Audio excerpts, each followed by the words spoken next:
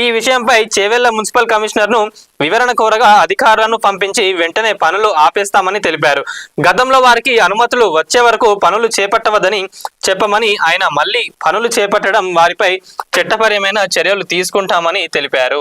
నిజంగా మనం ఈ టాపిక్ గురించి ఇప్పుడు మాట్లాడుకుంటే ఇక్కడనే కాదు, హైదరాబాద్ లో కూడా ఈ రోజు ఇల్లీగల్ గా చాలా మంది కూడా బిల్డింగ్స్ కట్టుకుంటున్నారు.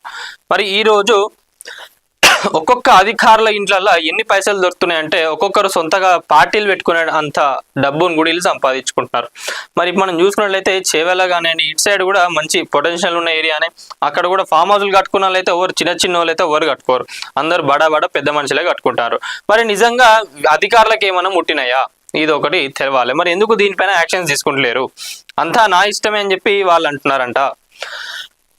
ఇక్కడ అధికారులను చూసుకున్నట్లయితే హైదరాబాద్ లో నిజంగా అసలు అడ్డగోలుగా సంపాదించుకుంటారు. అలా దీనివల్ల ఏమైనా ఉన్నదా అంటే లేదు, మళ్ళీ నష్టమే. అటు గవర్నమెంట్కి కూడా లాసే.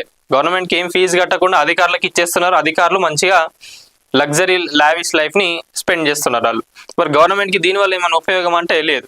సో అన్ని ఇట్లా ఇల్లీగల్ కన్స్ట్రక్షన్స్ చేసుకుంటూ గవర్నమెంట్ ని లాస్ చేస్తున్నారు. అక్కడున్న పేద ప్రజలను, రైతులను కూడా మోసం చేస్తున్నారు. దీనిపైన కఠినమైన చర్యలు తీసుకోవాలి. లేకపోతే నిజంగా అక్కడ అధికారులకు ఏమన్నా మరి దీని నుంచి ఏమైనా వచ్చినాయా, ఏమైనా లబ్ధి పొందినరా ఏందనేది కూడా తెలియాలి. మరి ఎందుకు దీనిపైన మీరు ఇప్పటికి కూడా యాక్షన్ తీసుకోవట్లేదు? ఒక్కసారి అక్కడ ఉన్న వాళ్ళందరూ కూడా, ప్రజలందరూ కూడా కోరుతున్నారు, దయచేసి ఒక్కసారి ఈ అక్రమంగా నిర్మించే ఫామ్ హౌస్ ఏదైతే ఉందో దీనిపైన చర్యలు తీసుకోండి.